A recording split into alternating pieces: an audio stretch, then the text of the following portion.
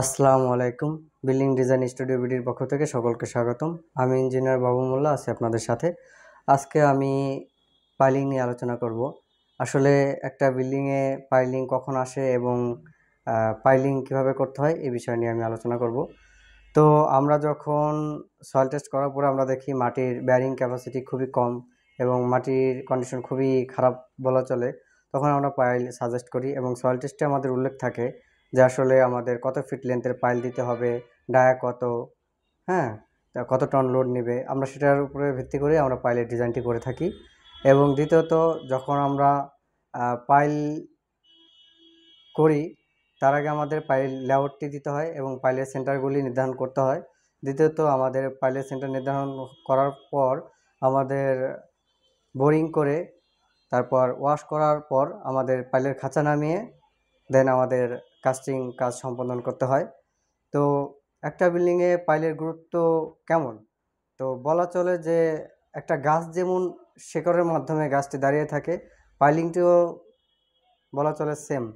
আপনি যখন একটি খারাপ কন্ডিশনের মাটিতে যখন আপনি ফুটিং দিয়ে বাড়ি করতে যাবেন সয়েল টেস্ট না করে, তখন আপনার এই বিল্ডিংটি সম্পূর্ণ ঝুঁকিপূর্ণ থাকবে এবং আপনার 6 মাত্রা বা 5 মাত্রা বা 6.5 মাত্রা যখন ভূমিকম্প হবে তখন আপনার এই বিল্ডিংটি খুবই রিস্ক।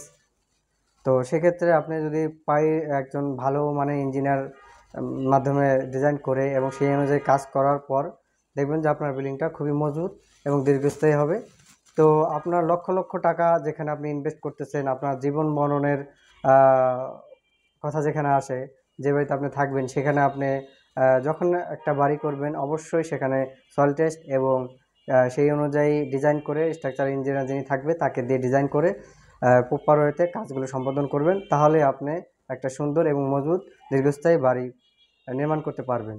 তো পাইল যখন আমরা দেখি যে সয়েল কন্ডিশন খুবই খারাপ এবং মাটির যেখানে ভারবহন ক্ষমতা খুবই কম, দেখা যাচ্ছে যে আমাদের হার্ড লেয়ার বলতে 30 ফিট বা 50 ফিট 70 ফিটে গিয়েও আমরা শক্ত লেয়ার পাই।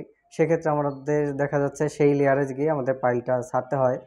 তো অনেক অনেক ক্ষেত্রে আমাদের দেখা যাচ্ছে 60 ফিট বা 70 ফিট লেন্থেও আমাদের ভালো লেয়ার পাওয়া যায়। আবার অনেক অনেক ক্ষেত্রে দেখা যাচ্ছে 30 ফিট বা 40 ফিট লেন্থেও আমরা ভালো লেয়ার পাই। তো আর যেগুলো মূলত 10 ফিটের আগ মুহূর্তে যেগুলো ভালো লেয়ার পাওয়া যায়, এসপিটি 8-10 পাওয়া যাচ্ছে, সেক্ষেত্রে আমরা ফুটিং ফাউন্ডেশন দিয়েই স্ট্রাকচারের কাজ সম্পাদন করি এবং সেখানে মাটি ভালো।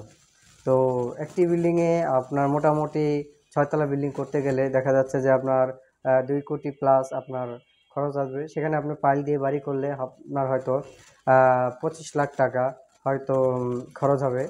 আর যদি আপনি ফাউন্ডেশনের কথা চিন্তা করেন সেক্ষেত্রে আপনার হয়তো ওই কাজটা দেখা যাবে যে 6 থেকে 7 লক্ষ টাকায় শেষ হবে। তো যখন মাটির কন্ডিশন খারাপ হয় তখন আমরা পাইল সাজেস্ট করি এবং সেই অনুযায়ী আমাদের কাজগুলি সম্পাদন করা হয়। এবং বর্তমান বাংলাদেশের প্রেক্ষাপটে বলা চলে যে ভূমিকম্প যেভাবে হচ্ছে, তো মোটামুটি 6.5 থেকে 7 মাত্রা যখন ভূমিকম্প হবে তখন দেখা যাবে বাংলাদেশের প্রায় ম্যাক্সিমাম, বিশেষ করে পুরান ঢাকার যে ম্যাক্সিমাম বিল্ডিংগুলি আছে সেগুলো মাটির সাথে আসলে মিশে যাবে। তখন আমাদের কি হবে এটা আসলে বলা বাহুল্য।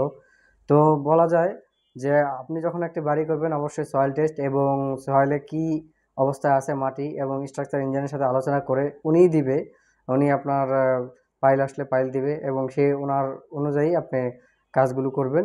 আপনি নিজের ইচ্ছাতে কাজ করতে যাবেন না। দেখা যাচ্ছে যে আপনার মাটির কন্ডিশন এমন আছে হয়তো 5 তলা করতে আপনার পাইল লাগবে, আপনি করলেন যে না আমি হয়তো 4 তলা করবো, আমি পাইল দেবো না, সেটা আপনার রিস্ক। এটা আপনি অবশ্যই স্ট্রাকচার ইঞ্জিনিয়ার যিনি থাকবে তার সাথে আলোচনা করে এটি করবেন। আপনি কখনোই আপনার নিজের সিদ্ধান্ত নিয়ে কাজগুলো করতে যাবেন না। হয়তো আপনি একটা সময় ধরা খেলে তখন বুঝতে পারবেন যে আপনি কি ক্ষতিটা করছেন। তো একটা বিল্ডিং, একটা স্থাপনা একটা সন্তানের মতো আমরা সেভাবেই চিন্তা করি এবং আমরা সারা বাংলাদেশে আমরা বিল্ডিংয়ের ড্রয়িং ডিজাইন এবং রাজুক প্ল্যান পাস, গাঁও উন্নয়ন কর্তৃপক্ষ এবং সিটি কর্পোরেশন থেকে প্ল্যান পাস, যাবতীয় electric drawing, sanitary drawing, architect drawing, structure drawing আমরা সব ডিজাইনগুলো করে থাকি। দেশ এবং দেশের বাইরে যে যেখান থেকে ভিডিওটি দেখতে পাচ্ছেন অবশ্যই ভিডিওটি শেয়ার করে দেবেন, লাইক কমেন্ট সাবস্ক্রাইব করে দেবেন। ভালো থাকবেন, সুস্থ থাকবেন। আসসালামু